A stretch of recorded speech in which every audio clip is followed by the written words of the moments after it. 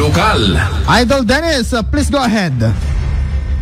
Tuloy iti panagsabi kag sa provincial board members ni Bukal RJ Fariñas sa uri awang tinitingkuan ng pag-chairman ng komite iti Honta Provincial. Kuna ti Bukal ti gagem iti nobutso bisagat ag serbi no mampay awan dagiti ni pagtingkuan ng obligasyon kituloy-tuloy iti na panagtrabaho. Masalit yan iti panangkita na iti naskaya pagsiyatan no dami dagiti magtanaw na siya at kit i-offer naman iti ideas binigyan na ito nag-iti konseo. Iti na palabas na bagyo, sagun iti Bukal, nagpaspasyar, kadagitay ili, iti first district, ang runaan, iti district town ng Pugudpud, Ilocos Norte. Naman, nga damat dagitay naperperdita ng infra projects kasi iti pasukin, dati may satang flood control, nga naperdiga po iti bagyo Cresing.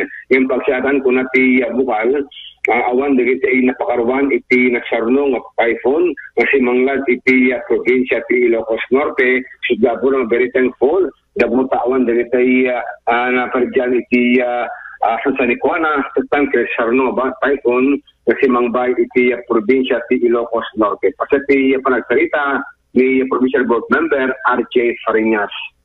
Nag-implica tayo med iti district tayo apo dito first district kita nagiging flood control still na lalo mga na-permi kasi dito sumbit ako nagandang binisita kahit na-permi din nakasaltalita tayo ni Kapitana Rhea imakmat kanya mga panagtulungan.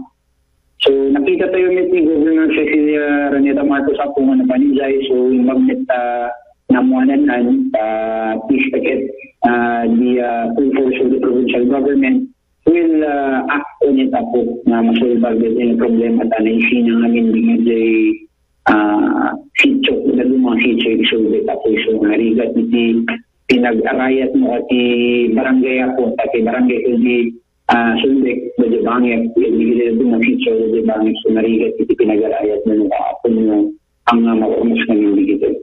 Mangnamnama iti Bukal babaen iti panagsim amet dagito pasyalis iti gobyerno alalisto iti dalam ti tulong sa serbisyo para kita pasardian iti reto ang kalagitan. Damang pelang manipod iti syudad Tiluwag. Idol Dennis Galicio, Tatak, Aremen. IFM News.